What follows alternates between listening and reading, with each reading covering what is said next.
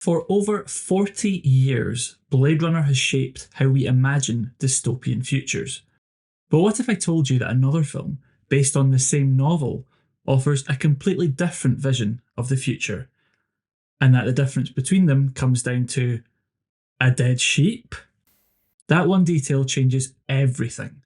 And once you see it, you'll never look at Blade Runner the same way again.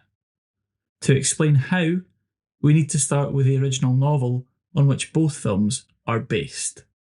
Do Androids Dream of Electric Sheep was published in 1968. Written by Philip K. Dick, one of the great mavericks of American science fiction, the novel takes place in the far future of 1992. Following a devastating nuclear war, mankind is colonising the solar system. To make up for a labour shortage in the colonies, megacorporations are producing androids. These machines are growing ever more sophisticated and are almost indistinguishable from humans. That's where Rick Deckard comes in. Deckard is a bounty hunter on Earth, tasked by the San Francisco Police Department with tracking down and retiring escaping androids. Deckard isn't bad at his job, but he's by no means the best. He barely makes enough money to get by, and certainly not enough to move to the colonies, like his wife wants to. What Deckard wants, however, is to own an animal, a real animal. Because most animal life on Earth died in the nuclear war, any surviving animals are worth huge sums of money. Deckard has a robotic sheep, which looks and acts convincing enough, but it doesn't match up to the real one he used to own, the dearly departed Groucho. He hopes that by taking down a team of highly lethal escaped androids, he'll earn enough to afford a genuine replacement. As he says in the first chapter of the book, "I want what I originally had, a large animal. A sheep, or, if I can get the money, a cow or a steer." The fact that Deckard's motivation is owning a sheep is one of many satirical elements in the novel. Dick wasn't a perfect writer by any means, but he did one thing very well. He would take some element of American society, in this case consumerism. He would then heighten it, until it became science fictional. In the case of the sheep, he was poking fun at how we spend ridiculous sums of money on commodities that have no real use value. Deckard only wants a real sheep because it's a status symbol. Apart from that, it's completely useless to him. Likewise, all the junk that surrounds these characters in post-apocalyptic San Francisco. The lead cod pieces and laser tubes that one character dubs Kipple. None of this stuff works the way it's supposed to. It doesn't make life easier or more fulfilling. For Dick, trapped in suburbia during the mid-1960s, this was relatable. 60 years later, it's only grown more true. But the sheep also serves a deeper narrative purpose. It's a symbol for Deckard's growth as a character. At the beginning of the novel, he's in a pretty bad place. His relationship with his wife is on the rocks, he's stuck on Earth, and professionally, he's nowhere. Owning a sheep is about the only thing that's keeping him going. But that leads him to make a potentially lethal decision. He agrees to hunt down the androids so that he can use the bounty money to replace the sheep.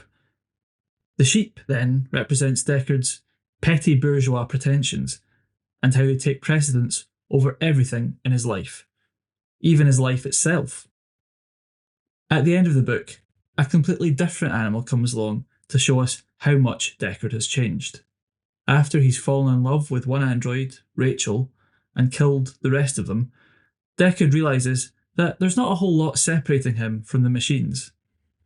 It's a profound revelation, one that shakes him to the very core of his being. So to deal with it, he flies off into the wastelands of Oregon for some alone time. There he makes a miraculous discovery. The toad he saw blended in totally with the texture and shade of the ever-present dust. It had perhaps evolved, meeting the new climate, as it had met all climates before.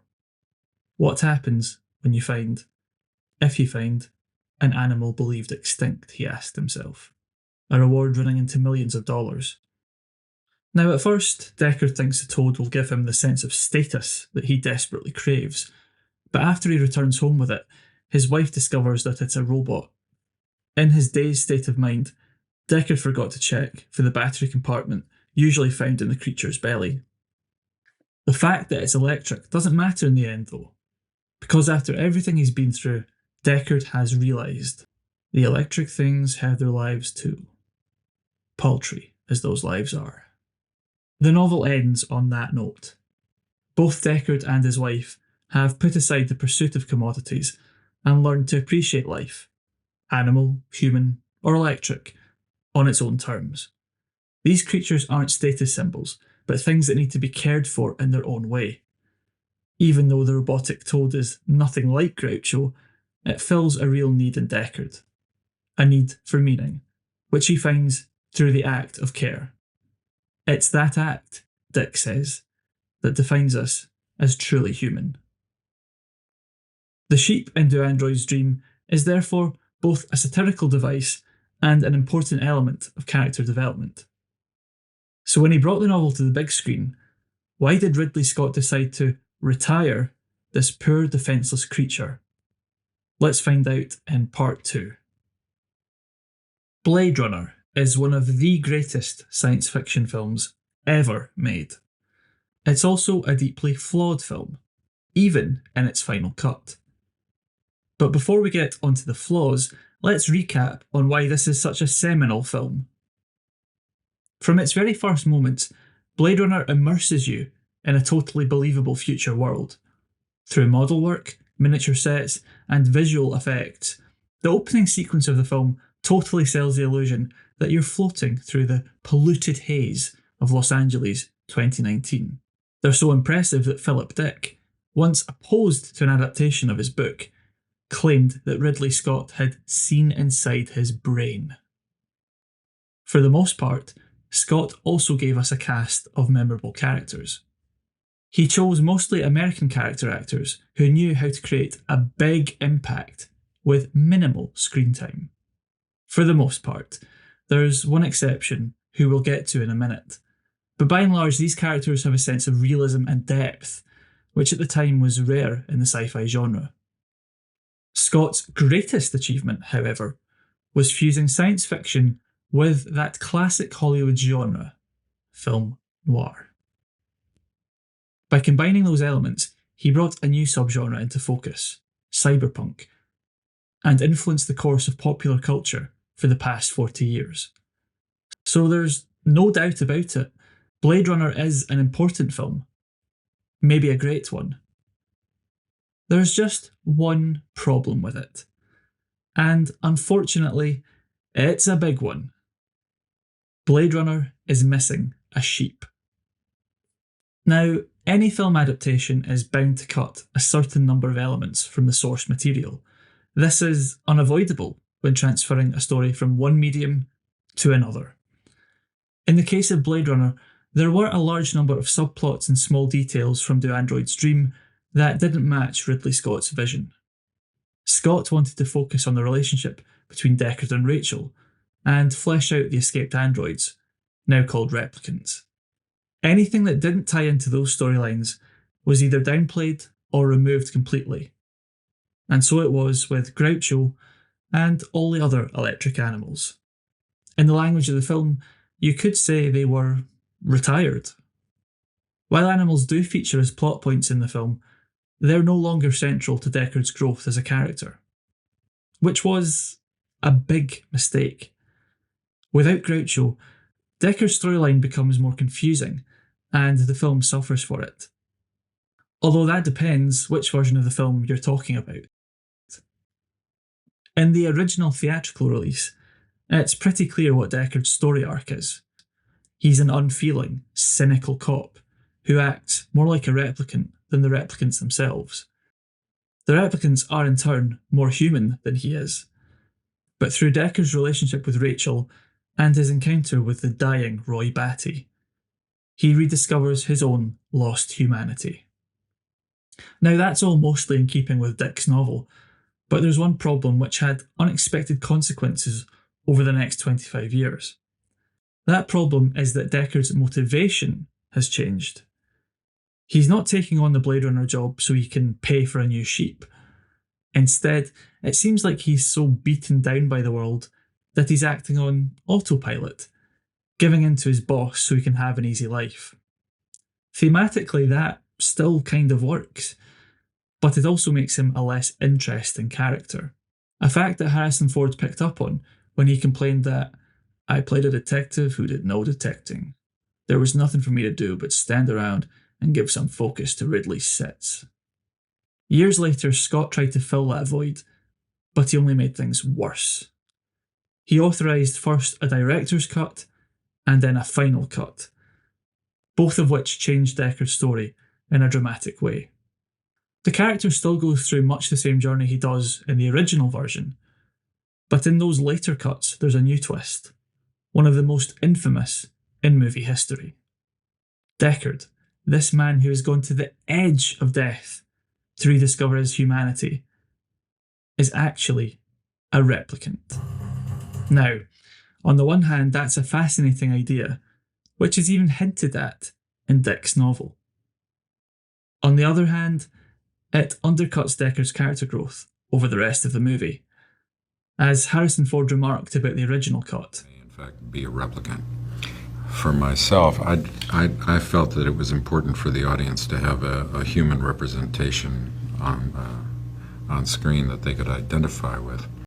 Deckard's character growth in the novel meant something, because it reflects a feeling that we all have, that our humanity is being chipped away at by the horrible, hyper-capitalistic world that we live in. That's what Dick was getting at in the novel. Although, let's be fair and give Ridley Scott a chance to explain his own take on the character.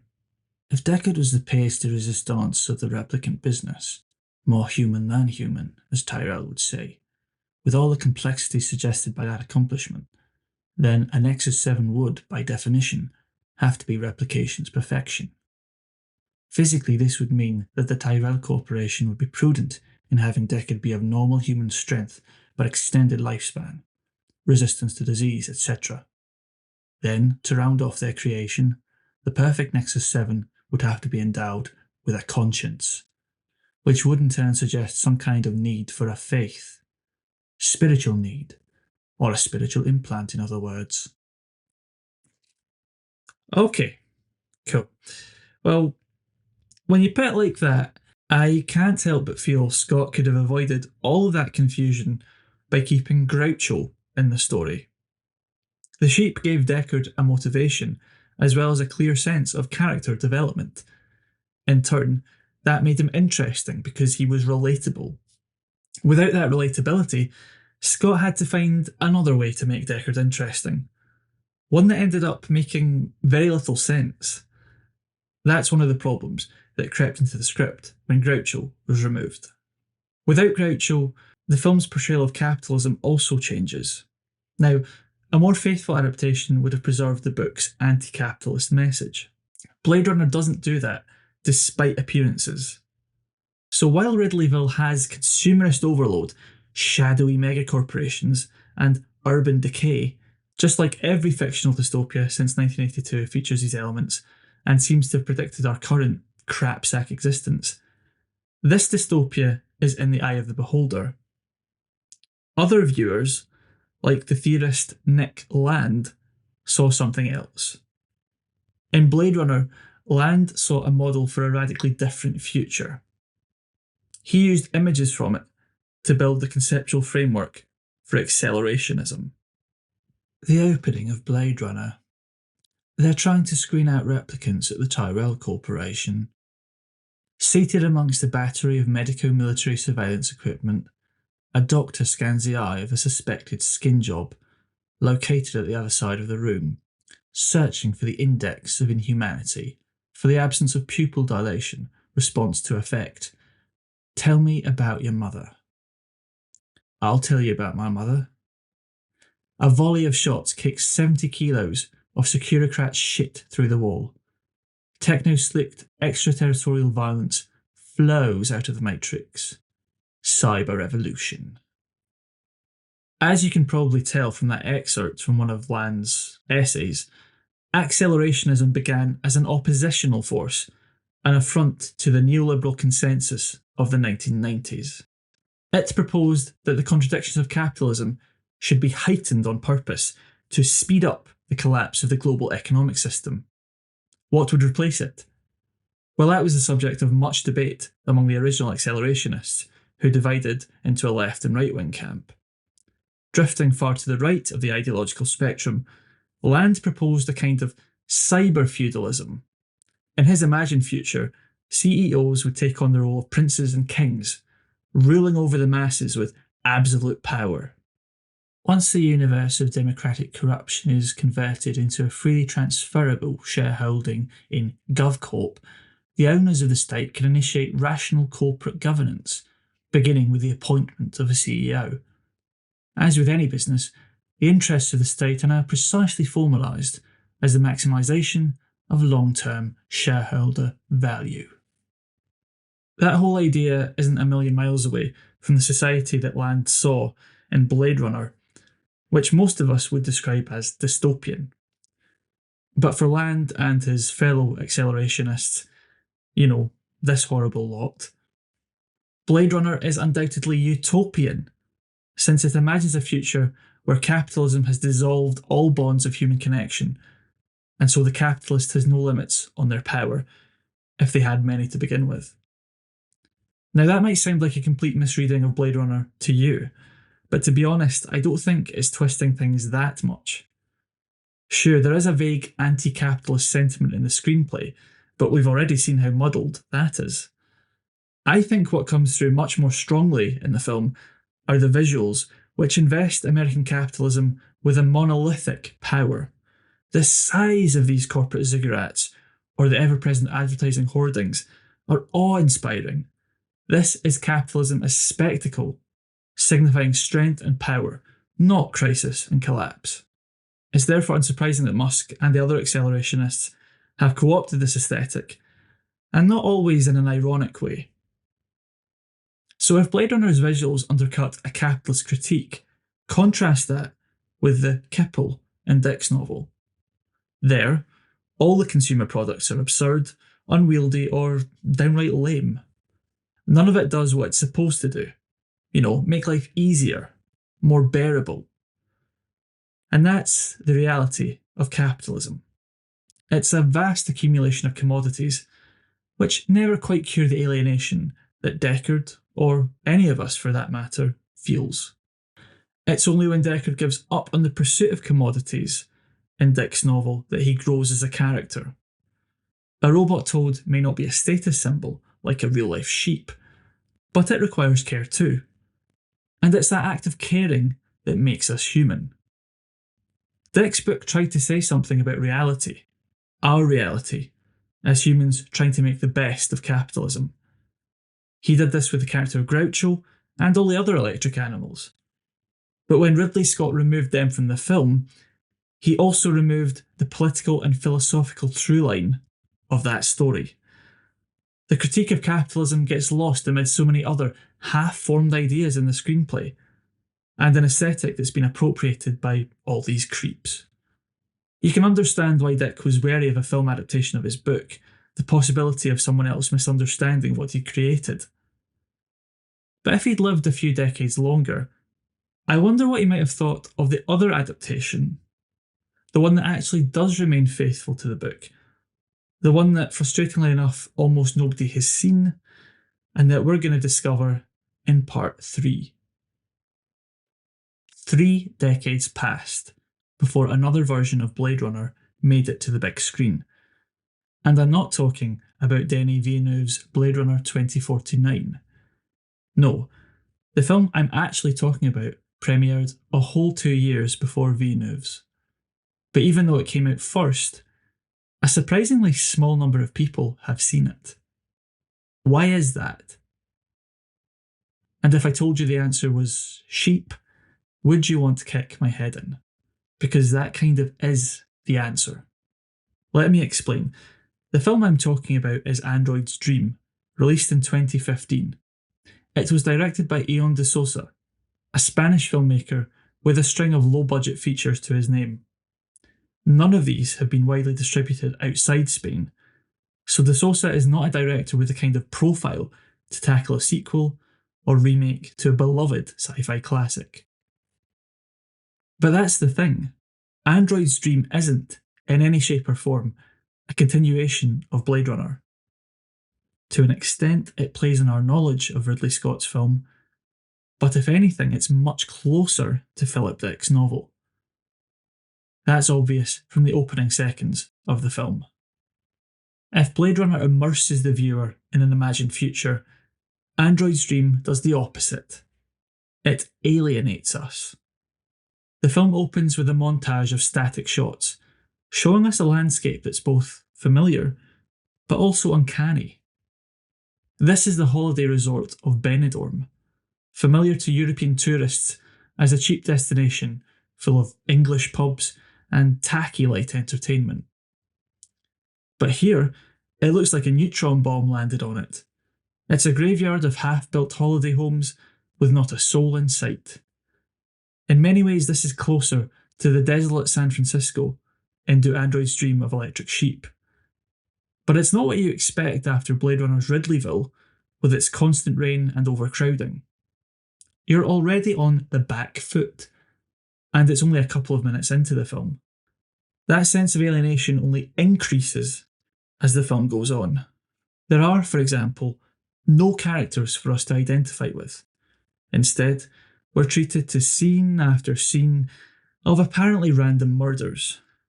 The killer is an anonymous figure, only briefly in shot, and we only ever see his victims running for their lives.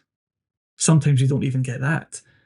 Just more static shots of people at work in some unremarkable location, minutes before they're gunned down.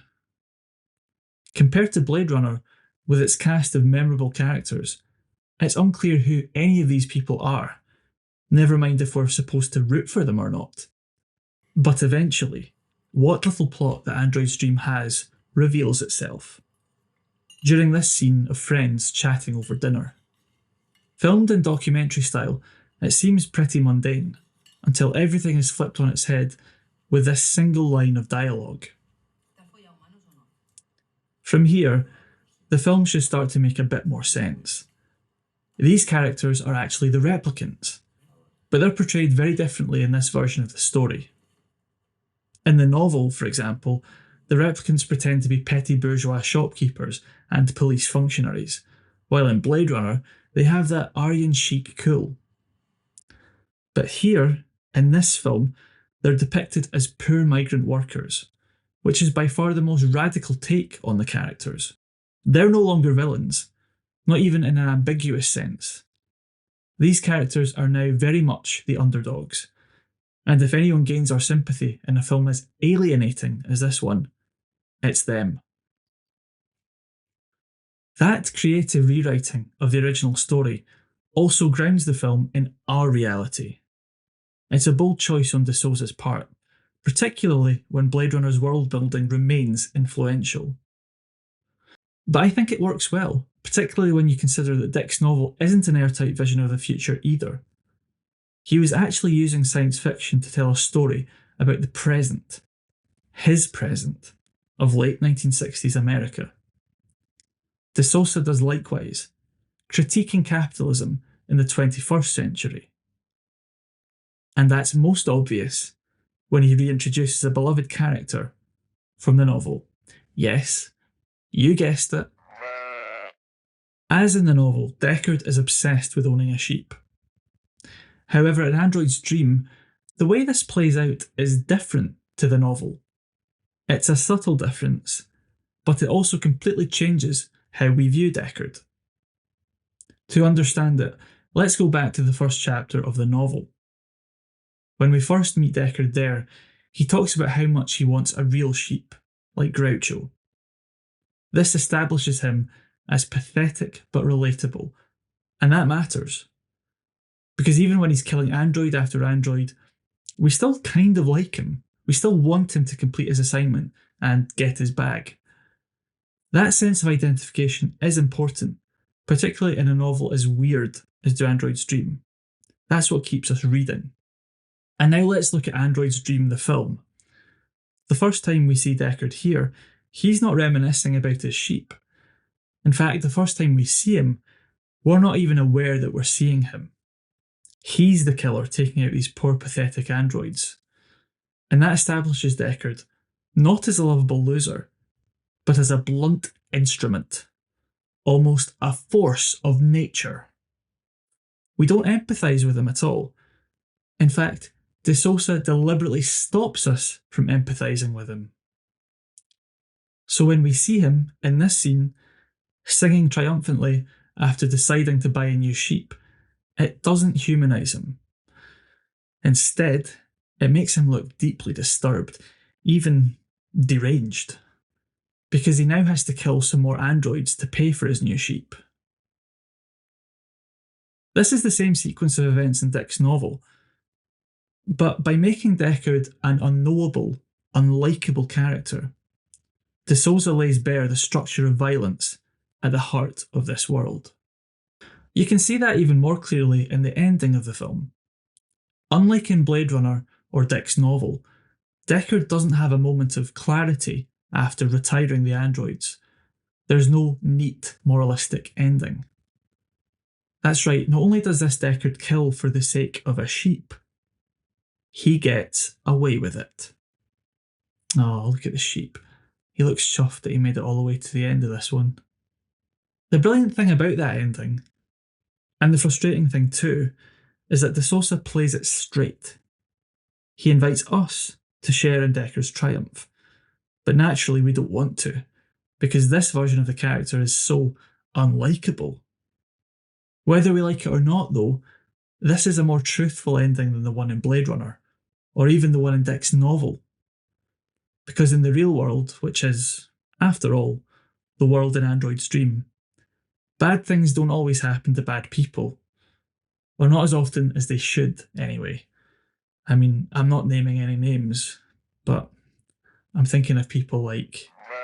So, bleak as it is, this is the only way the film could have ended. Because that's the value system in a world, like ours, where humans become commodities, and commodities matter more than humans. All of which is symbolised by Deckard's quest for the sheep. But of course, we don't like to be reminded of that fact when we're trying to kick back with a movie. And I think that's one of the main reasons why Android's Dream remains so obscure. Right now it only has 2,500 views on YouTube, and not many more logs on Letterboxd. This is all your fault, you stupid bastard! So Blade Runner remains a cultural touchstone, while Android's Dream is forgotten. But having watched them both back to back, the flaws in Ridley Scott's film are much more obvious. One of those flaws is an unfocused story, which even the film's creative team admitted. That wouldn't have been a problem if they'd kept the sheep in the screenplay. Because the sheep was more than an absurd flight of fancy on Dick's part. What it actually was a crucial narrative device that not only shaped Deckard's actions in the story, it also reflected our own obsession with commodities. So while Android's Dream is a tough watch, no denying it, De Souza was right to reintroduce the sheep into the story, because by doing that he continued Dick's exploration of consumerism and updated it for the grim stage of capitalism that we're currently living through. And so, once you've seen Android's Dream, you may never watch Blade Runner the same way again. You'll see that, as influential as Ridley Scott's film is, it's also much less effective as a critique of capitalism than it at first appears. And in that way, it's a lot like Scott's other sci-fi classic, Alien, which I have a whole video on. The link is somewhere on the screen. Just remember, in space, no one can hear you scream.